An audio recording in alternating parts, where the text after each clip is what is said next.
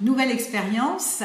Après l'embossage au stylet sur différents types de feuilles de papier que j'ai retrouvées dans les fonds de tiroir, j'ai utilisé des papiers fins, avec un grain moyen, des papiers un peu plus épais, voire un petit peu plus cartonnés. Et je me suis lancée dans l'expérience en utilisant le stylet pour l'embossage, ce qui permet de faire des reliefs qui vont permettre de guider la couleur lorsque je vais la distribuer plus tard.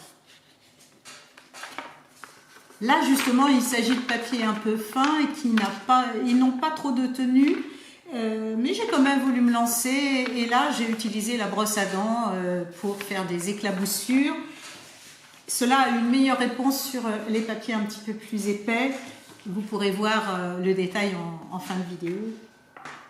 J'ai choisi d'éclabousser avec de l'encre acrylique et une brosse à dents, en gardant des parties sèches et en laissant des parties humides pour avoir des effets différents. Ici, j'ai choisi de faire un lavis jaune en acrylique pour donner un éclat de lumière. Quand je fais de nouvelles expériences, la part d'incertitude me stimule énormément. Et ce qui compte, c'est pas forcément trop savoir où l'on va, mais simplement être très présent, très attentif, et se laisser porter et composer au fur et à mesure que l'encre va se distribuer dans la composition d'ensemble. Le challenge, rester très concentré et présent à ce qui est. Le résultat importe peu en définitive.